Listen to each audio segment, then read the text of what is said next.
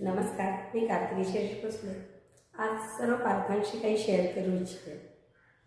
Normal आपण मुलांच्या समोर एकमेकांसोबत म्हणजे आई वडील किंवा शिक्षक आणि पालक असं आपण ज्यावेळी डिस्कशन करत असतो आणि खास करून त्या वेळामध्ये की समजा मुलांचे मार्क किंवा मुलांची विषयाबद्दलची प्रोग्रेस ज्यावेळी आपण डिस्कस करत असतो तर कुठे ना कुठे ज्यावेळी मुलांचे ओपन डे असतात, ओपन हाऊस असतात, तर शिक्षकांकडून पालकांना मुलांचा प्रोग्रेस सांगितला जातो। त्यावेळी ते मुलंही तिथे असतात आणि मग त्या मुलाने काय काय चुका पेपरांमध्ये केलेल्या आहेत या सर्व गोष्टी मुलाच्या समोर शिक्षकांकडून पालकांना सांगितल्या जातात।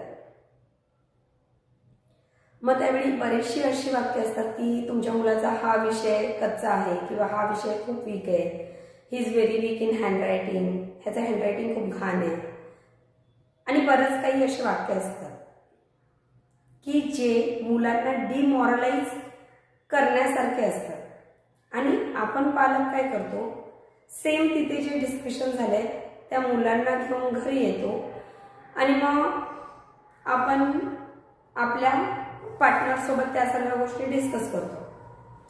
पुन्हा ती सेम वाक्य मूल घरी आल्यावर पालकांच्या तोंडातून ऐकतं।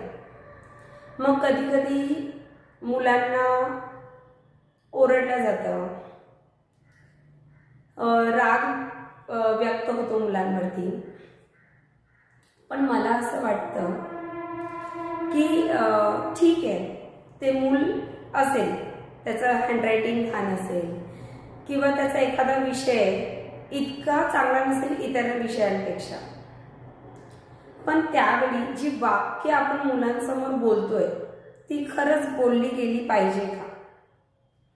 म्हणजे ज्यावेळी मुलांचं ओपन हाऊस असतो त्यावेळी मुलांना समोर न धरता त्यांच्यामध्ये काही इम्प्रूव्हमेंट आपल्याला करता येईल किंवा जे काय असेल ते पालकांमध्ये आणि शिक्षकांमध्ये जर का डिस्कस झालं आणि घरी येऊन मुलांना डिमॉरलाइज न करता मुलांना एक बोलतात ना मोटिवेशन देऊन त्यांना एनकरेज करून जर का त्यांच्यामध्ये तो बदल आपल्याला घडवून आणता आला तर ते मूल कुठेतरी एक पाऊल अपलिफ्ट होईल, पुढे जाईल, प्रोग्रेस करेल। पण शाळेतून आणि घरामध्ये सुद्धा जर का मुलांच्या सतत चुका आपण मुलांसमोर ती वाक्य सतत ऐकून म्हणजे तुम्हाला असं वाटतं का की खरंच मुलांची यातून काही प्रोग्रेस होणार आहे का? आपण मुलांना मोटिवेट करून एनकरेज करून सर्वात प्रथम तर मुलांना आहे तसं ॲक्सेप्ट करून आणि मग त्यांना समजून घेऊन त्यांना योग्य मार्गदर्शन करून त्यांचं प्रोग्रेस घडवून आणू शकतो। हे माझं ओपिनियन आहे स्वतःचं। याच्यावरती तुमचं मत काय आहे? तुम्ही नक्की शेअर करा। धन्यवाद।